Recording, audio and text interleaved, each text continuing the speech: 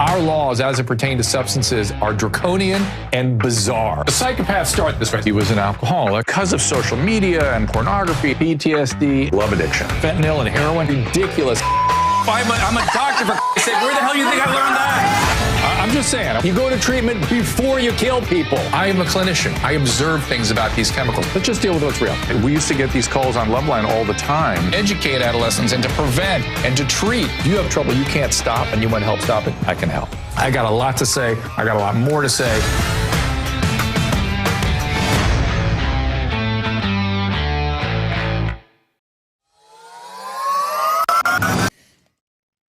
There we go, everyone. Welcome. I'm watching you on the restream. We are also over out on Clubhouse. We're getting a pretty good room together already. Reminder to those of you on the Clubhouse, if you raise your hand and I bring you up to the podium, you'll be streaming out on multiple platforms, live on Twitch, Twitter, Facebook, YouTube, Rumble, you name it. We're going out there. So let's bring in my one and only guest, the great Dave Navarro. Dave and I have known each other for quite some time. Hey, buddy, how are you? I'm good, man. How are you? I really enjoyed the hard-hitting intro that I just saw. I'd never seen that before. So good. Just like hard-hitting facts with Dr. Drew. I love it.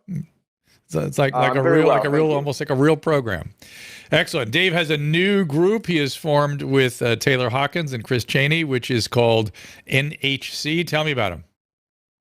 NHC, it stands for Navarro, Hawkins, and Cheney. Chris Cheney's in Jane's Addiction with me, and Taylor Hawkins is, of course, from the Foo Fighters. And we've all been really good friends for a number of years. And during the pandemic, we just got together to make music because we were, on the verge of staying in isolation and not being productive and working on something. And so what started out as being something that was more of a passion thing and a fun thing, we ended up making an album and doing some shows, and the album's coming out. And NHC, people laugh at us because it's a very uncreative title, but we feel that there are plenty of bands with really creative names out there. And you're becoming a corporate firm. I just, at this point, there's so many great names out there, and we're NHC, it's fine, and it seems to be working. And it's more of a real band that we have going now than just a side thing, which is what we thought it was, which is nice. And so it's a lot of fun for me creatively and musically, and for those guys, because then when Chris and I go back to Jane's Addiction or Taylor goes back to the Foo Fighters, we're all re-energized and revitalized about our passion for music. And so both bands feed one another in terms of our level of commitment to the music and to the work. So it's really been nice. Thanks for mentioning it. It is nhc-music.com. I'm guessing you can see the tour schedule and where to find you guys. We're on Twitter. It's NHC Music Official. I'm sorry. Well, we might have a Twitter. I don't run the Twitter, but there's an IG NHC. I only have one platform, Dr. Drew. I only have Instagram. Because I'm a fan of the arts and the visuals, and I want to see something really quick. But I'm not on Twitch. I'm not on Twitter. I'm not on Snapchat. I'm not on Facebook. I got rid of all of them because it was just too much time buried in the screen. You know what I mean? Yeah. And Oh, yeah. As you know, I have my own mental health issues, and the last thing I need is an addiction to my phone. More than I already have. You know what I mean? So I eliminated. It's like cutting out alcohol and drugs, but drinking coffee. That's the way I look at it. You know what I mean? So I'm not fully. I'm not fully. It's a good I'm not Instagram fully. page. And I'm not surprised Instagram is where he landed, because as long as I've known Dave, he has had an interest in the visual. I remember that one time you put a photo booth in your living room, and everyone that came to your house had to take photos, and then you made a book out of that. Remember? I did. That was inspired by Andy Warhol, who had a photo booth in his factory, and I'm a massive Warhol fan. And it was also kind of a social experiment to see who in my life, because we, as human beings, we go through so many different relationships and friendships, and some of them are long-term, some of them are short-term. So I almost wanted to see who would be there at the end of the year still So starting at the beginning of the year, you'd see a certain group of people, and by the end of the year, it was a totally different framework of people. And then some people were similar, but it was a dark and exhilarating and dangerous but fun time, and I'm lucky to have survived it. But I would definitely not want to repeat it. The photo booth part was fine. It was the behavior. The photo booth. The behavior around that year was pretty dangerous. Yeah. It was not the booth itself. It was what you were up to. No. Anywhere but the booth, or maybe in the booth too. No, but it was a good way to. It was a good way to get people. It was a good way to get like 30 people that are leaving the bar at 1:30 in the morning over to my house, and let the danger ensue, so to speak. Well, take pictures and whatever else. Yeah. And that was 24 years ago, 23 years ago, something like that. 99 or 98. I cannot believe it. The evening. So that book is called "Don't Try This at Home," and it was co-written by Neil Strauss and myself. And it was just a year chronicling a year in my life of some pretty dangerous behavior, and fortunately, I came out on the other side of it, and it has a positive message at the end. But it's pretty brutally honest. And I'll never forget that the night before it came out with Judith Regan was going to put it out. The night before it came out, I called the publisher and said, "You can't release this book." He's like, that panic at the last minute, like you can't. Please, I'm going to kill myself if you release this thing, because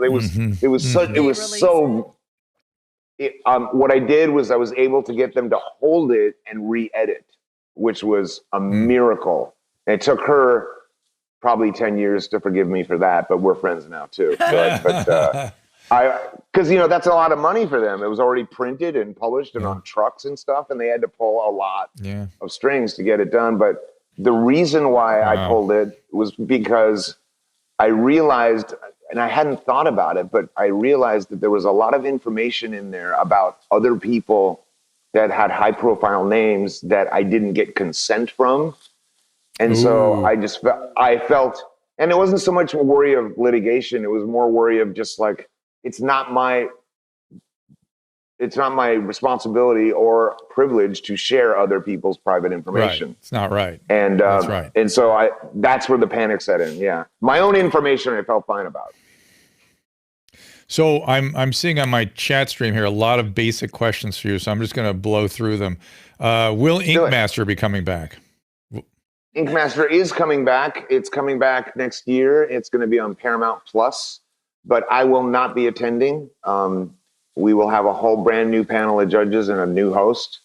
And the main reason for that is because I think they're shooting it in a different country. So just for me personally, with all the other projects I have going on, the music being the priority and the art being the priority, like there was no way I would be able to multitask those. And also on a mental health level, Dr. Drew, I don't want to be far away for that long of amount of time and have my entire support group sound asleep if I need them, Yeah. Because I know. Because you can't reach out to. Yeah, you can't reach out to somebody. Your disease doesn't do push-ups, man. I think yours lifts weights. It's like doing squats. So I really had to think about it. I was like, I need my support group, available, and they're the people that I support, they support me, and it's a two-way street, as you know. And I couldn't even multitask because the time difference. But yes, the answer is that the show will be back. The show will be back, but I will not. And then they're asking, where do you drive your strength to keep going? And I know you've had some mood stuff in the last 18, 24 months stuff too. So where do you get your inspiration strength from? I think, honestly, from the people that I work with, and also my passion for the creative, just my creative outlets, the music, the art. I also have I co-run an apparel and art company called Dual Diagnosis with my partner Padilla. who's an LA-based street artist and fine artist, and it's all aimed at mental health awareness. And even what I'm wearing right now is one of our shirts, which says mental wealth. Nice. Instead of mental health. So they're just, we just want to raise awareness to the fact that, this is a worldwide epidemic, and it has gotten even worse over the pandemic, and more people are struggling now than ever. And a lot of things I think are part of that. I think part of that is the pandemic and the isolation that everybody went through. And I also think that social media is a huge factor in terms of the widespread, surge of mental health issues, because let's face it, man, nobody posts their bad days or taking out the trash or weeping, or, they post the good stuff that wants, that they want to make them look good. And so what that ends up creating is a platform where it's only the snapshots of the best moments of everybody's life. And someone who's going through a hard time just sees, why isn't my life like that? Why am I not out on a yacht? Why am I not happy? And I'm the same way. I'm not going to post, I don't post when I'm struggling. I post the things that I think I'm inspired by, or the work I'm doing, or other people that inspire me. I'm pretty careful not to disclose too much, because I just feel that I just don't think that as human beings we're geared to have the entire planet be able to respond to every thought you have, and share your every move with the entire planet and have them interact. So I get a lot of grief from people because my comments are off unless I follow you. But that's just a self-care move. Like I don't if somebody hates me in Wichita, I don't need to read it. Like I don't need that in my life, I have enough trouble No, and I have enough trouble in between my own ears with my brain sometimes that I don't need confirmation from Kyle in Wichita. You know what I mean? So I think that was a smart self-care related move, and I think comments are by and large usually pretty supportive. But that was quick. Thank you. By and large, I see. Go to dualdiagnosis.com to buy this stuff. Good. Yeah. I'm sending them to dualdiagnosis.com to go purchase things. Or, you know what? We have a manifesto there that's about our mission statement, and that's free. So you don't even have to buy anything. And what that does is it really outlines how, one of the things we say is that shame has never saved anyone. Shame is actually something that kills people because they don't speak. They're afraid to be heard.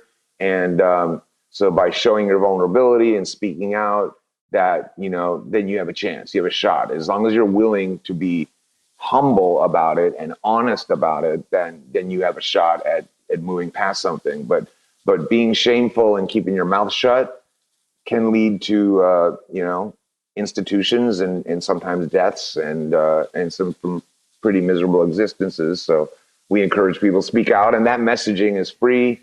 The apparel is, of course, for sale, and we have multi-tiered pricing points, so it's something for everyone. I feel like dual, D-U-E-L, dual diagnosis. That's clever. Okay, I was looking for dual because we think of it as, with dual because there's two of us, me and my partner Padilla, and also dual is because you think of a gun duel, and sometimes that's what's happening inside someone's brain. You know what I mean? It's like they're dueling themselves. So we just I get it. Yeah. It's clever. I like it. And dual diagnosis, you immediately get sent over to treatment centers and things. It could derail people. Yeah. Ooh, it's great visually. Wow, it's very cool. Yeah, thank you. It has to have music included. Yeah. Well, that's a short film we did about you don't have to play it, but that's a short film we did about a young girl who experiences a traumatic event, and she transforms herself into a isolated, insulated character with this kind of like this protective shield, this costume that she wears, so no one can touch her, no one can see her. her own environment is intact within the costume, her own air, her own means of regulating her CNS and her central nervous system, and that's right. it's kind of what we run into in this area is the isolation, thinking that that's going to be the protective measure, but the fact is that it's not until we share it with somebody else who is either a professional or someone who is like-minded, provided that you don't create an unhealthy trauma bond and do it in a more supportive way, that those are the ways to go. And so we encourage that. I'm gonna tell you what, I am enamored. I can't stop looking at this stuff. Both the jackets, the posters, the original art. Is. I feel like this is valuable material. This is really cool stuff. Thank you, Dr. Drew. Yeah, we also do fine art and we do installations as well. So we had a show last year at Julian's in Beverly Hills where we built an enormous cuckoo clock that you could walk into to view our artwork, our fine art. And as you see, I have two cuckoo clocks behind me. I don't know if you can see them on the wall. I see them. But those were in my childhood. Those are my first memories of insanity, when you would see them in cartoons, and someone was typically crazy, and you would see the cuckoo.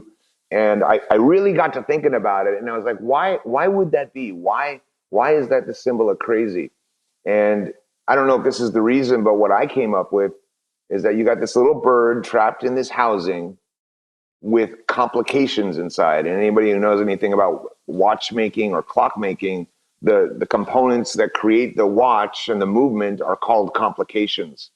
And the way the clock runs is that there are two weights at the bottom of the clock, which I kind of imagine as emotional baggage, right? So the bird cannot fly out of the box, cannot fly out of this box of complications, because it is held down by its own emotional baggage that it just simply won't let go of. And that's what drives it that's what drives it crazy. So we built. I am fully shopping right now. I can't stop looking at this stuff. This is awesome. Be my guest. He's gonna buy me the one that says, "I'll never be sane." I will never be the sane. Yeah. And insanity is its own cure. I like that one too.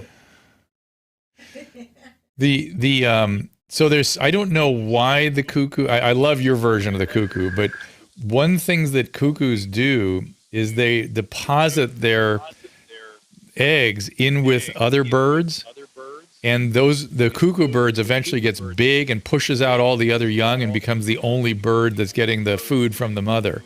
It's something like that.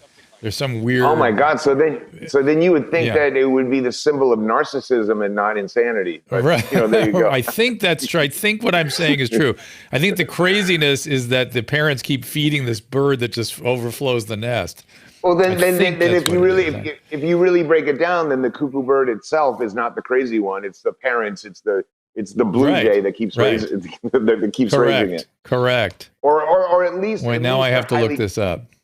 At least they're highly codependent. Maybe they're not crazy. Right. Am I getting this right? Is that what I'm remembering about the cuckoo? Most fascinating fact. I didn't know that. Well, maybe I'm wrong. Let me make sure that I remember. Let me see. They were in Greek mythology. They were associated with cuckoldry. Why? Whatever that means. Which I guess is the bird taking over the nest, right? Yeah, that sounds like it. Although, I've got to look this up. Although we think of cuckolding in a different way, but yes, I guess it would apply theoretically to that as well. Hang on, I'm almost there. Let me see if they can. Breeding. It's not really maybe I have this wrong. I could easily have this wrong. Let me wait. Yeah, here it is. The cuckoo egg. Yeah, cuckoo eggs. Blah blah blah. Hatch earlier than host eggs, right? So there's a host. They put it in with the host. In most cases, the chick then evicts the eggs and/or the young of the host. The chick has no time to learn behavior, nor does any parent stay around to teach it. So it must be an instinct. Wow, all kinds There of you weird go. stuff. That is Yeah. well. So That's, anyway, well, the Wikipedia cuckoo birds. So anyway, is it really? sorry that I went down that. I mean, Yeah, I couldn't resist. even as a hatchling, it is self-centered and frankly pretty mean-spirited. Right. Okay, let's see what else people are asking you here. 1 second. I'm gonna get some phone calls in just a second. Oh yeah, too. Everybody over on what do you call it? Yes, I'm gonna go to Clubhouse in just a second. But there were lots of good questions. Yeah. On were you on Tiger Belly recently or something? Were you there at Bobby? I was there a couple of years ago. I wasn't recently, but that was one of my favorite podcasts to do. I've known Bobby for so long, and he's just he's such a nice person and just funny. Like just truly one of the funniest human beings I know. And that was a great time. Has he ever told you his not war stories, but his trauma stories when he was using it as an adolescent and his mom trying to fix him? A little bit. Yeah, a little bit. We I know him. Actually, I guess since he's already spoken about it, I can share that we met in 12-step recovery programs. So that's how we first became friends, and been friends ever since. Excellent. And we'll talk for a minute before we go to the phones about the documentary and what that's doing. Oh, my documentary! Because it's there's a documentary. So when I was 15 years old, my mother was murdered by her then ex-boyfriend, who couldn't handle rejection and was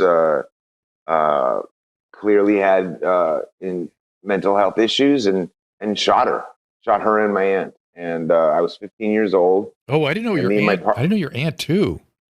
Yeah, they were both together. I forgot that part. Oh my God. Yeah, they came. Oh. I left. You know what? In the same spirit of the book, I left her story out of the film because it wasn't mine to tell. It wasn't my family. So I didn't want to get into their personal business and bring up something for my family members. But the ex-boyfriend was waiting at home for them to return from an evening out, and took them both out. And I'm sure that if my mom came home alone, it would have just been her. But since my aunt happened to be there, she was taken out sadly as well. And the film is called Mourning Son, but it's spelled MourningSon.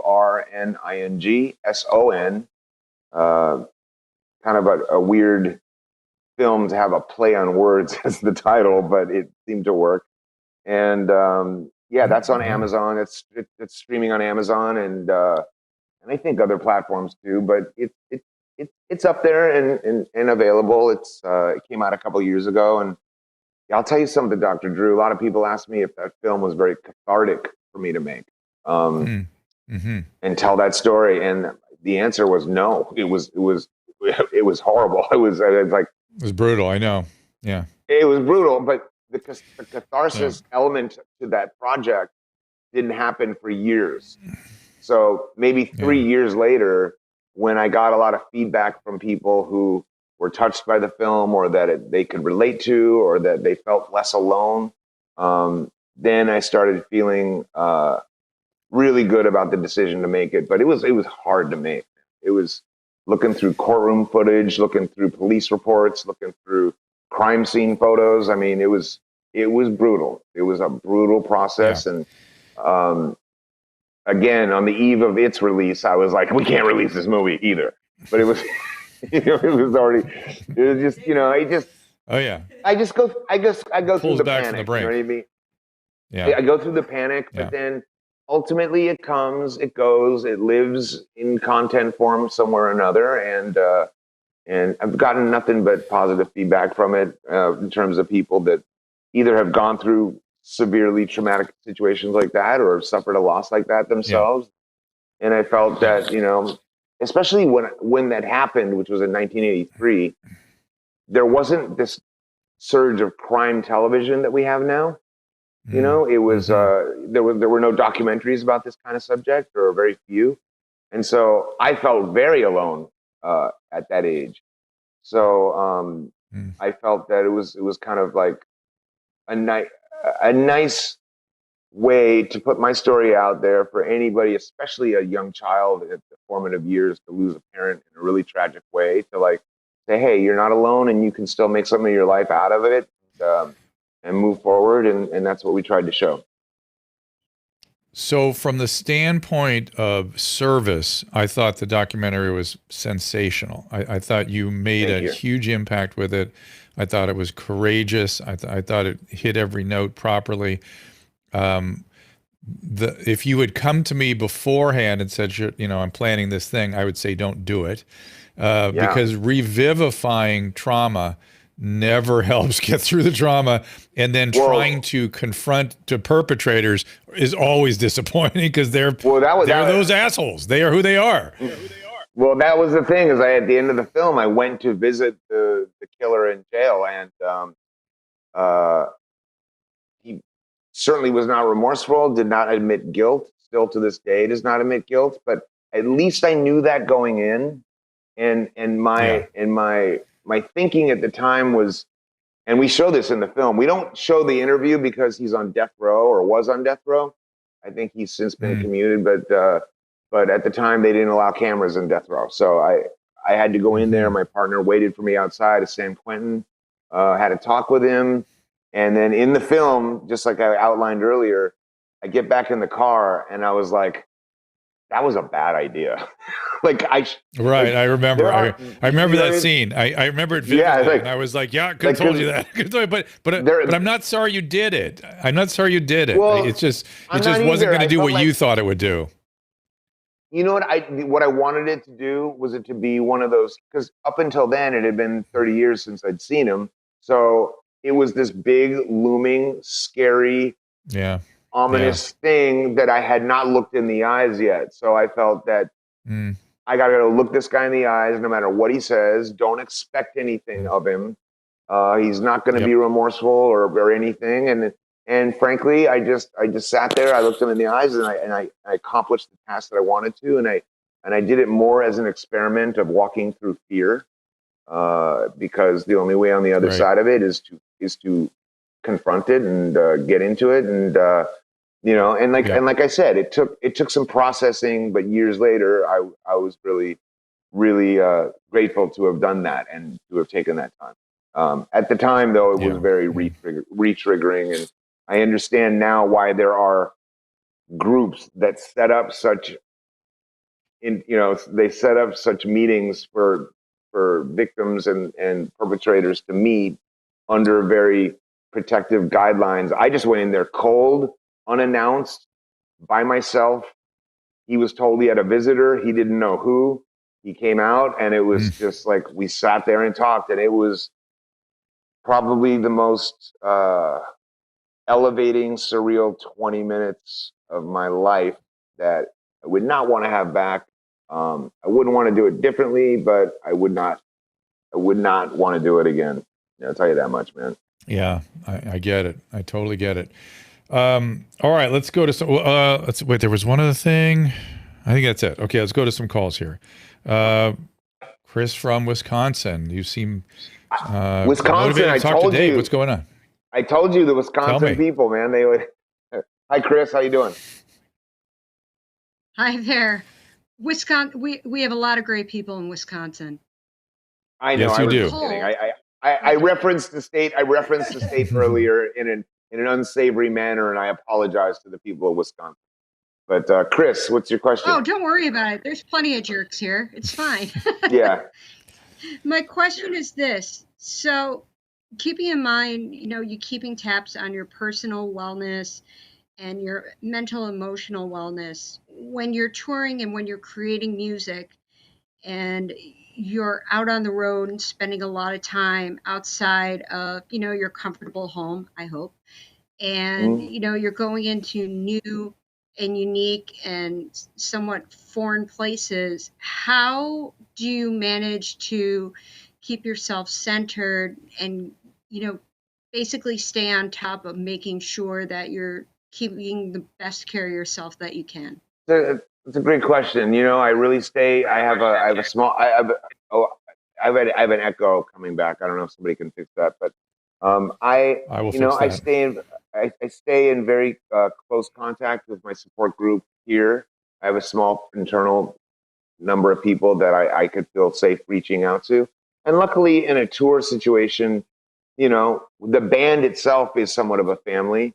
So we're not really interacting with thousands of people every day. We're really interacting with one another, which in itself can drive each other crazy. But for the most part, we're pretty safe. We're pretty safe, and there's always somebody I can always grab on the road, or you know, have a talk to if I need to reach out. But for the most part, and for the most part, you know, doing shows and traveling like that is a lot of fun. So the moments that you would think that I would have are pretty few and far between because I'm pretty busy. It's when I have nothing to do and I'm isolating and I'm sitting at home alone, where the thinking in my brain starts happening, and I don't have anything to do or anybody to talk to, and that's when I find myself in the most danger. But thanks for the question. It's a great question. I know that about you, but it does bring up another thing that I brought up earlier, which is that you're a master at being of service. And to that point, shall we promote the December 20th event? Yeah, we are doing our third year now. It's an event called Above Ground, and Dr. Drew is speaking at it this year, and he has the past prior years. And it's me and my partner Billy Morrison, who I believe is at Billy Morrison Official on Instagram. He's the guitar player for Billy Idol and an accomplished musician in his own right. And every year we try, except for last year because of the pandemic, we try and put on an event to raise money, funds for people who are suffering with addiction, mental health issues. And all that money goes to an organization called Music Cares. And they find treatment facilities and beds for people that are really suffering.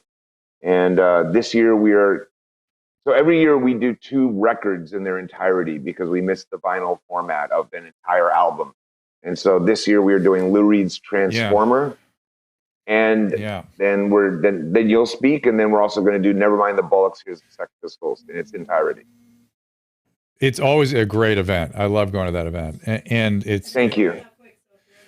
Well, yeah, and Susan, it just occurred to me that Heather and Terry Dubrows' daughter has been raising money for Music Cares. We need to get them to this event. Okay, so absolutely. Can you, Dave, maybe email Susan an invite, and I'll get them. And all right, we'll text because I mentioned it. Okay, but all right, good. But they are very interested in supporting Music Cares, and you and I know. Was it Whitesnake? Or his? No, he was. That's Terry Dubrows. No, he was Kevin in. Right? Yeah, he was. That band. Get wild, wild, wild. All right. I can't come on, feel the noise. I can't believe I'm spacing on this. Quiet Riot. My buddy, Quiet Riot. Quiet Riot. My buddy Mark McGrath would be mortified that I didn't know that. But how is Mark? I haven't seen Mark in years. Mark is encyclopedic with all things. Yeah. You'll be there? He'll be there on the 20th. He's great. We're in another band together called Royal Machines.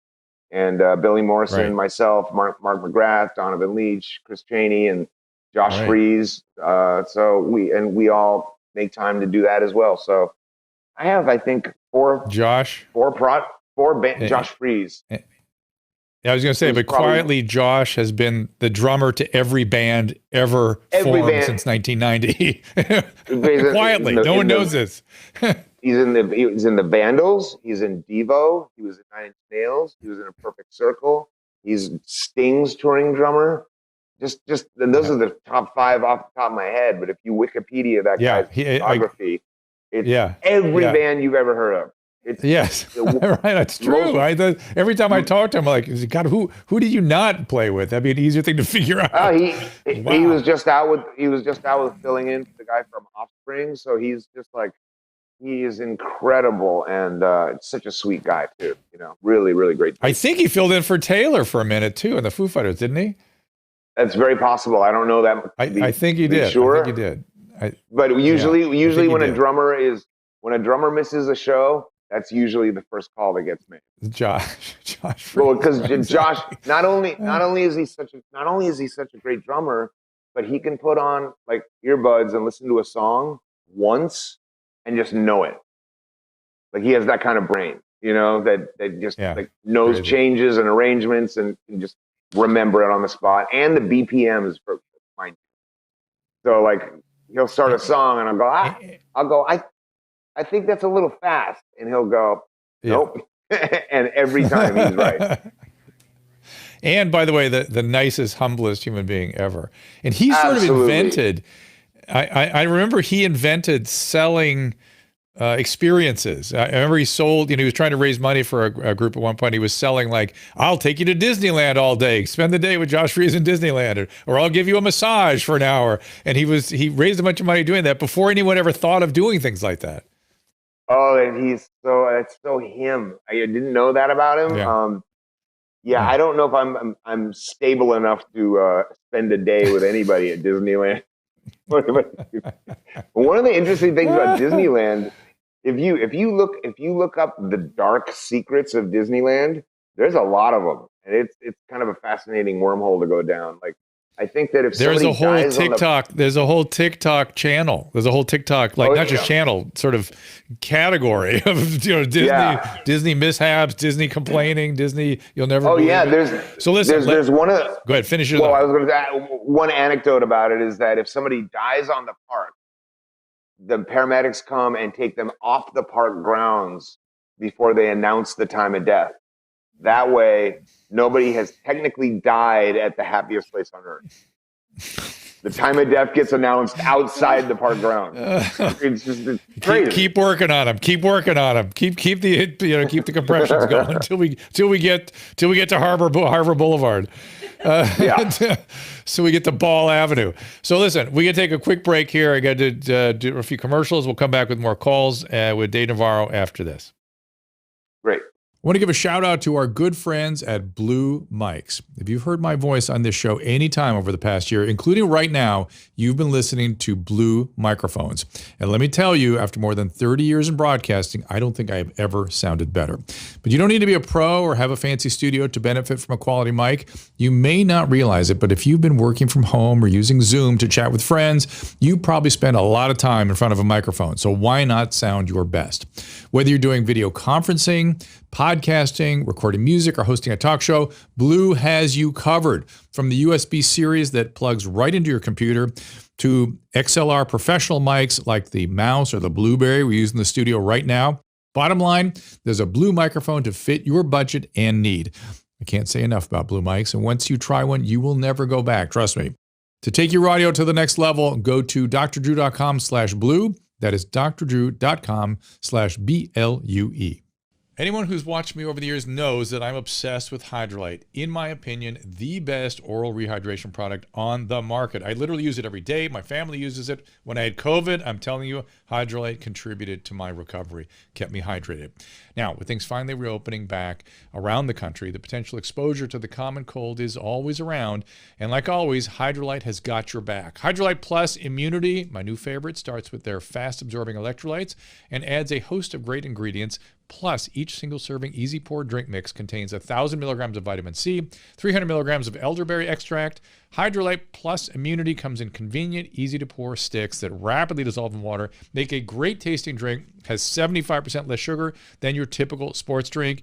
It uses all natural flavors, gluten-free, dairy-free, caffeine-free, non-GMO, and even vegan. Hydralyte Plus Immunity is also now available in ready-to-drink bottles at the Walmart next to the pharmacy, or as always, you can find it by visiting hydralyte.com/drdrew.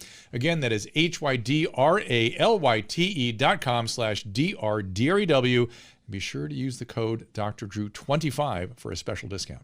Here with my daughter Paulina to share an exciting new project. Over the years, we've talked to a ton of young people about what they really want to know about relationships. It's difficult to know who you are and what you want, especially as a teenager. And not everyone has access to an expert in their house like I did.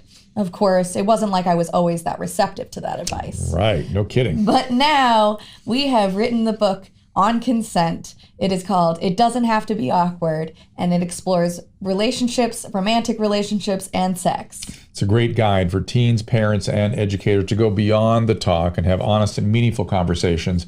It Doesn't Have to Be Awkward will be on sale September 21st. You can order your book anywhere books are sold.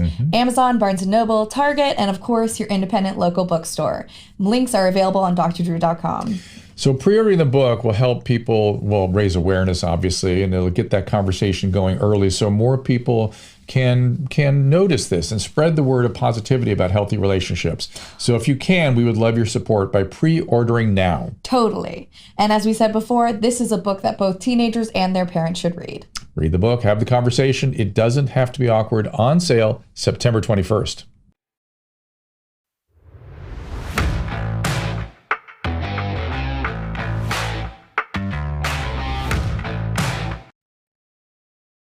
Hey everybody, we're back. Let's bring Dave right back in as well.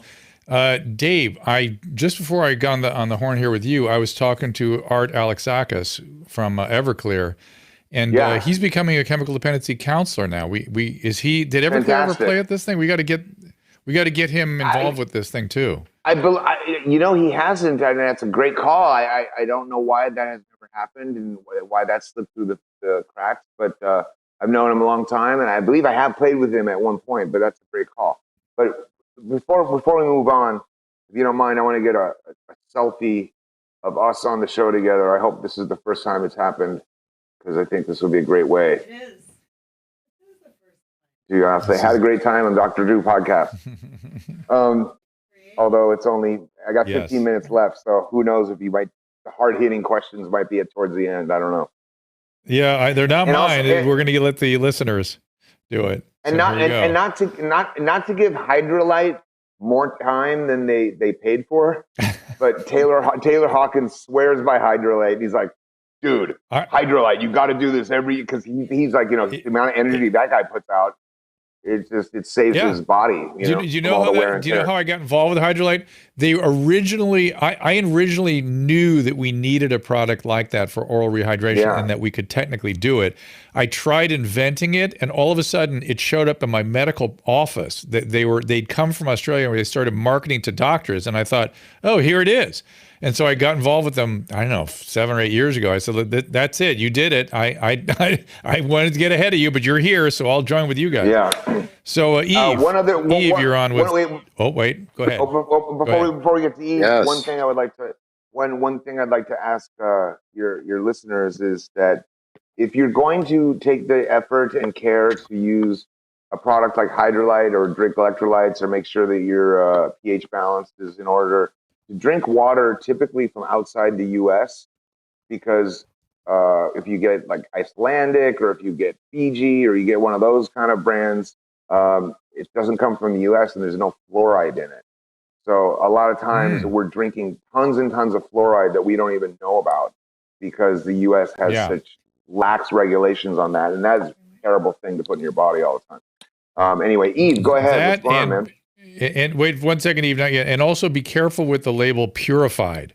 When they purify with a bunch of chemicals. And you either want distilled or spring water or something. That's right. So be careful. Just because it's in a bottle. And purified does not mean that the fluoride's taken out. I have a filter. I have a water filtration system connected to all the water in my house. And once I got this information, I called the filtration system and I said, is my house water safe from the fluoride? And they're like, well, no, we don't do that. I was like, well, then what am I paying for? Because it costs internal, structural, internal, cellular damage, and it costs hair loss and all kinds of things. So you feel like you're taking the extra step to hydrate yourself and take care of yourself, but you're really kind of putting a poison into your body that doesn't need to be there. Side note. Eve. Yes. The water subject is good. I'm from Flint, Michigan, so I've been dealing with some of that. Oh my God! Yeah, a lot to say about that, but that's not what I was going to talk about. But more trouble than fluoride. I'm sorry to say, yeah. Yeah. Oh yeah. No, I'm still fighting it with my foundation and stuff that I've built. But Dave, I thank you, Dr. Drew. You know I'm a fan of yours. Thanks, Steve. Dave, I bumped into you under so many circumstances. You wouldn't know who I am, from dark places way back in the day to sitting at Sunset Plaza, having food. Okay. And I'm a painter, but I've been known as a musician, right? Because I was with Quincy Jones, gave me a deal, right? You're connecting all of them. I have finally connected all of my art, right? I'm a painter. I've done 3 museums now. And I've started something called the Diamond Art Awards. And it's in the raw, it's guerrilla style, but I have 8,000 square feet downtown, right? That I'm putting this together, from judges to a call out for everybody to bring one piece and go on an 8,000 square feet wall. I'm piecing this together in a way with the industry. And I'm trying to get as many wonderful people who are kind of Renaissance artists. In that regard, you're doing music, you love painting. I mean, you got your hands a lot of places. So I was wondering if I might be able to just get you to take a look at the circumstance sometime. That I'm piecing it together. It's hardcore. What's their website? It's like the Oscars of the art world. It's about painting, photography, sculptures. That's what I'm doing. Do you have a website? I do have an Instagram right now. Okay. I have an Instagram. The website is coming together right now, okay. But the people are moving in really fast. It's becoming really wonderful. It's called the Diamond Art Awards. Wait, LA. Say it again one more time, Eve. The Diamond Art Awards. Okay, great. And you're down in the art district? It's going to be downtown. It's a 8,000 square feet building. I'm piecing it. It's like it's meant to be the Oscars of the art world right now. Sounds and awesome. I got this 20 years ago when my daughter was born, and nobody's really done it. And I feel called to do it, Dr. Drew. All right, buddy. Well, I'll tell you what, get it done. I just followed you, and it looks great. And I am happy to say that I am now your 23rd follower. So good luck. Hallelujah. And there will be more. There shall be more. Dave, you are a man. You're the man. Thank you so much, brother. All right. You're very welcome. Thank you, buddy. I want to try. I've got limited time now. I'm very happy that I could give you a platform to promote that without a question. Yeah, absolutely. Me too. Me too. I'm always happy for stuff like that. Diane. Diane. Let's see if I can get Diane. Diane in Sierra, it sort of says, I think. Diane. There you are. Hi, Diane. Hello. Hi there. Thank you. You bet. I'm dual diagnosis. Mm-hmm. Kind of going back to the start of the conversation. So this is great. I love listening to this. And Dave, I can't believe that you have a documentary, such a brave documentary, it sounds like, and I can't wait to watch it. So thank you. Oh, please do. Thank you. Thank you so much. And it's very good. Do you mind? I appreciate it. Diane, do you mind if I ask what the dual diagnoses are? I'm a trauma survivor, and I also have a major depressive disorder with anxiety and you're not alone. Chemical you're dependency. Not alone, Diane. Yeah. You're not alone. It's rough, Diane. I tell you. And typically, and I think Dr. Drew would agree with this. I think that most chemically dependent people have trauma in their history, and that's usually what I'm learning. Yeah. So it's the genetics are the genetics, and they are that's your risk factor, and they're the necessary but not sufficient cause of the illness, and then the trauma is the rocket fuel. It's just that's the lighter fluid. But now the trauma was why you're seeking ways of regulating your emotions. You know, Dave, you mentioned dysregulation half an hour. It's an attempt at self-soothing, which will ultimately kill you. Yeah. You know, so I hope you're doing okay with so that. you end up with a second problem. So you're trying to help the feelings of the trauma, and you end up activating the addiction. Now you got two problems that are overlapping and fueling each other. And then if you're prone to depression, well, here we go. Right. And the worst part of go ahead. You got off what? No, Dave, finish. No, you go ahead. Go ahead, Dave. It sounded like you were going to say you Dave. got off Suboxone. It was about to sound like you were going to say you I got did, off yeah. Suboxone. I'm 15 days off Suboxone. Oh, good for you. Great, You're through it. That's great. good. Oh my God. Yeah. I've been trying so fucking hard. Yeah, that 2 weeks, it's a 2 week thing. And once you get through it, it doesn't leave you with a lot of trouble. It leaves you, it's bad for 2 weeks and then you're pretty good. Yeah. You know, it's almost worse than getting off, regular opiates. 100% of people say that. 100% Yeah. of And Suboxone users say that.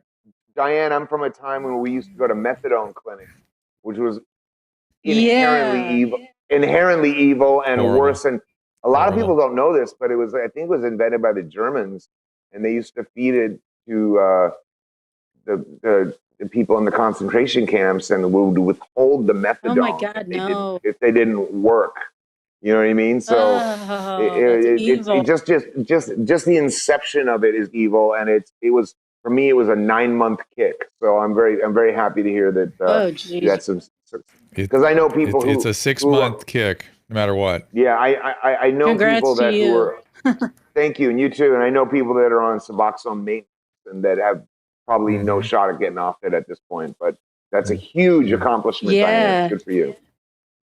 Thank you. Yeah, I was on it 2 years. Yeah. I never thought I would get off. Good for you. But and how are you? How are may you I doing? ask another quick one? Yeah. Of course. Do you want? Go ahead. Go ahead. Of course. Oh, are you talking to me, Dr. Yes. Drew? Yes, ma'am. Oh, okay. I guess my question is with my depression. It's pretty severe, and I've tried different things, and I think I've talked to you about this before. You took my question. But since I'm off Suboxone, should I wait about 6 months before, say, I try ECT or any theta burst stimulation trials or anything like that? My goodness! So you've been on. If you're getting downstream to those sorts of treatments, that means you've done everything, been on everything. I have. Yeah. You're talking to Dave. I don't know if you want to share stories on this front. It's kind of a challenging question, right? She's got trauma.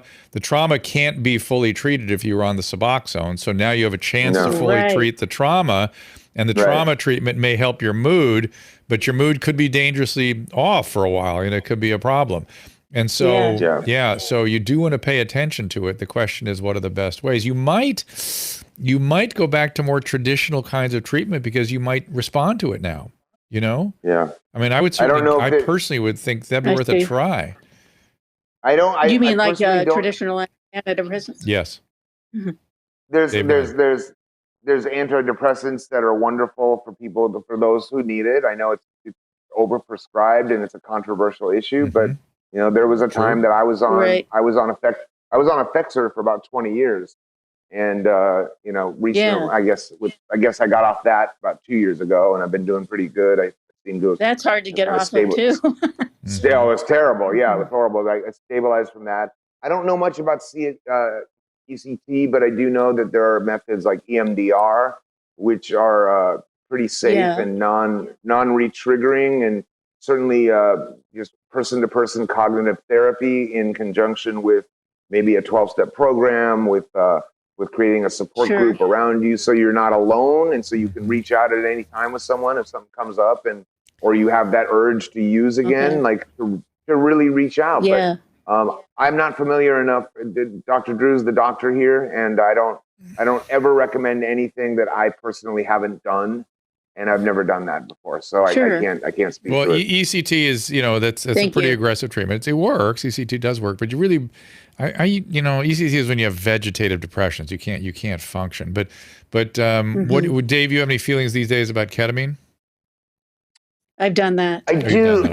You have done that. Yeah. My feelings about ketamine is that it can be well documented as being highly successful for treating people in trauma situations. But I've also known people that have an addictive nature. It can also have an addictive nature to it. Yeah. So that's been my experience. Mine too. So it's certainly something to be done. It's triggering for some people. Yeah, it is. Yeah, it's certainly something to be done under a physician's care. Typically, they give you a series of them, and then you refrain from it. So you're in a doctor's office. They do an infusion or whatever they do.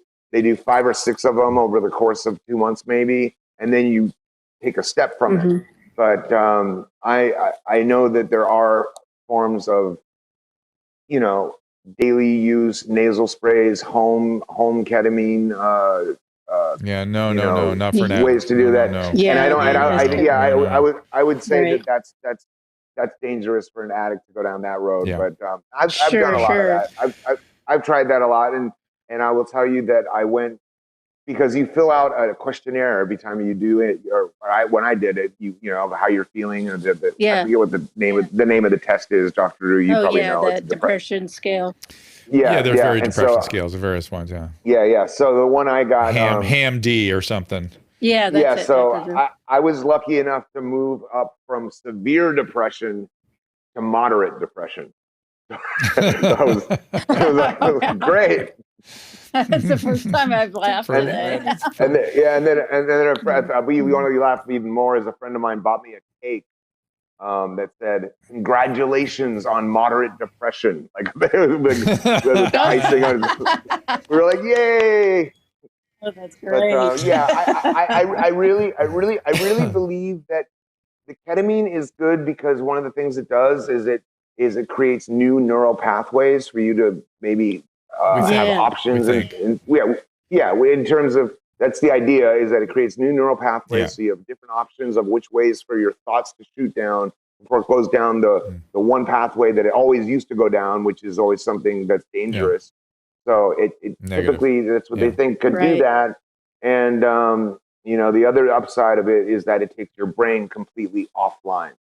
So one of the things that I like about it is that it's doing neurological function, but you're not thinking about it or your trauma, and you do get a little bit of a break from it. But as I said to Dr. Drew and you, it's also very, very, very highly habit forming if not done under the proper medical conditions.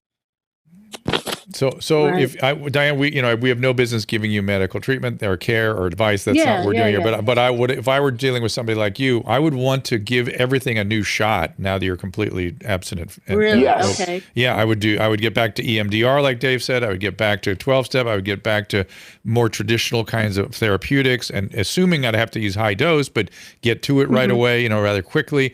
And don't jump to the extreme therapeutics just yet, because the context is totally different now. And hope that you can get a response going. That's kind of how I'd approach it. But Dan, I got to wrap up. In fact, I got to finish up, Dave. Oh, I was just going to add. You're off Suboxone 2 weeks, but that's not a very long time to have. No, right. Body, nothing's regulated yet in your body. You may feel better, but your body is still trying to find a baseline that it's comfortable with. So 100%, I would do the more traditional approach as well. Yeah, 100%. Dave, let's put up the event again. Let's put up where people can get tickets, who's going to be there. Caleb, if you've got the whole full screen there for us, there it is. Nevermind, right?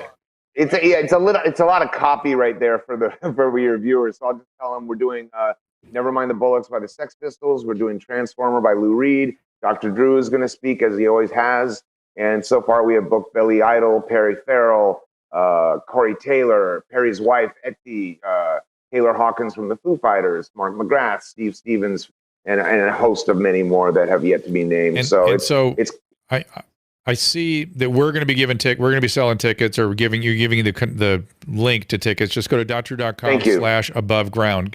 Caleb set that up, I know, during this show. So well done, Caleb. Thank you. The name of it is based on, obviously, Jane's Addiction in the early days came from what was called the underground scene, and we figured this is an idea to help people stay above ground. We got to get Bob there too. I would love to have Bob. When I asked you last, to be fair, when I asked you last year, I just assumed that he would come with you, so I never even shot him a call. But I will shoot him a call this time because I missed him. We'll tell Bob and Shelley, and I'll tell Art too. I'll tell all of them. So. I would love to see Shelley and Bob. I haven't seen Shelley in years, and I know Shelley from Shelley was dating one of the tour managers of the Red Hot Chili Peppers back in the 90s. So I've known her since then. So when she was the dragon lady? Oh my God, she was amazing. But she was She has certainly metamorphosized over the years in an amazing way. Oh my God. Yes. As so many of you have. I mean, I dealing with that. And I knew Bob back when he was hardcore using, and it was, oh my God. I used to he died. I remember you told me that story. I used to use with Bob. Like I would go meet at Bob's apartment. Everybody did. Yeah, literally everybody did. Right. I mean, he and from Hole. Courtney. He and Courtney used to ride the buses around the park, MacArthur Park, slamming heroin and stuff together. No, I have done some pretty terrible things with the best of them, and sadly, a lot of them are not alive anymore. And that's the sad thing. We do what we can to help prevent that from happening. Yes. Well, that's what I want to talk about how we do that and how we gather together and address the fact that so few people are getting help these days, and that recovery has been under attack for quite some time. So we'll talk about that, and we'll all be there December 20th. Dave, always a pleasure to talk to you, my friend. And my favorite. Whatever you need, we're here. We're here. And likewise to you guys. And love to you, Susan. Right, and we'll see you soon. Thank you guys for having me. All right, man. Dave, thank you so much. Great Dave Navarro, everybody. I got to wrap up a little quick today. Our son got sworn in as a lawyer today, and I was going to go celebrate with him very quickly. We zoomed in with Dr. Freese at Zoom, and he was sworn in. Which made him very, very angry. We can't hear Susan. Oh, you can't hear your mic. Can't hear me. No, evidently not. McRose says I should hook up with Jillian Barbie and Ryan Sickler. I've been on both their podcasts a number of times. I don't know what you're talking about there. You'll find them there. Okay. Clubhouse, I have to sign off. Sorry. We'll see you guys next week, and that'll be that. Yes, and so we were saying that Douglas got sworn in as a lawyer today, although the Zoom picture that he was sworn in under had my name on it, which was deeply disturbing to him, as it should be. But I need to quickly go. Damn, that would have been so over the top that it would have been better. It would have been better. Okay, good. But Caleb, thank you for producing this. I got to wrap this up. I got to go celebrate with him very quickly, and we'll be in next week. Do we have any specific guests planned next week yet? Yeah, we'll get you guys good stuff. We've had very, very, very, thank you to Michelle Poe for booking these guys. We've had very good guests this last couple weeks. Well, Dave, yeah. But he always says I actually reached out to him. Susan's mic is still muted. You're still muted somehow. We don't know why. But it's all good. I'm going to wrap it up. I didn't see you put the credits up yet, Caleb. I don't know if that's coming or if I need to wait through that, or if you already did it. Okay, I just didn't see it. I don't know. I hear you in my headphones. Maybe Caleb, you just blocked her out somehow. You finally gotten there. You finally joined the ranks. That's really strange. No, her mic's not coming through at all. Yeah. All right. That's fair enough. Anyway, Susan, thank you for this. Thank you all. I'll be away. I'll be in New York City for a couple of days. Maybe we'll do something from there. Susan, is that no? Okay. So when I get back in the middle of the week, we will see you guys then, same time, like 3 p.m. And until then, I'll see you. I tried shortening or lessening my masturbations. All right. So you made it through 2 yesterday. No, that didn't start yesterday. I just thought about when I did this you might start it today. I did this in LA. Oh, you did 1 a day in LA? No. Oh. I did Why are you talking to my drug addicts? Like, yeah. So you stopped using, right? No, I didn't stop. No.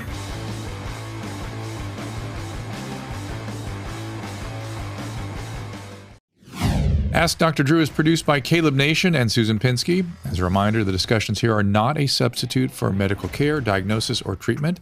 This show is intended for educational and informational purposes only. I am a licensed physician, but I am not a replacement for your personal doctor, and I am not practicing medicine here. Always remember that our understanding of medicine and science is constantly evolving. Though my opinion is based on the information that is available to me today, some of the contents of this show could be outdated in the future. Be sure to check with trusted resources in case any of the information has been updated since this was published. If you or someone you know is in immediate danger, don't call me, call 911. If you're feeling hopeless or suicidal, call the National Suicide Prevention Lifeline at 800-273-8255. You can find more of my recommended organizations and helpful resources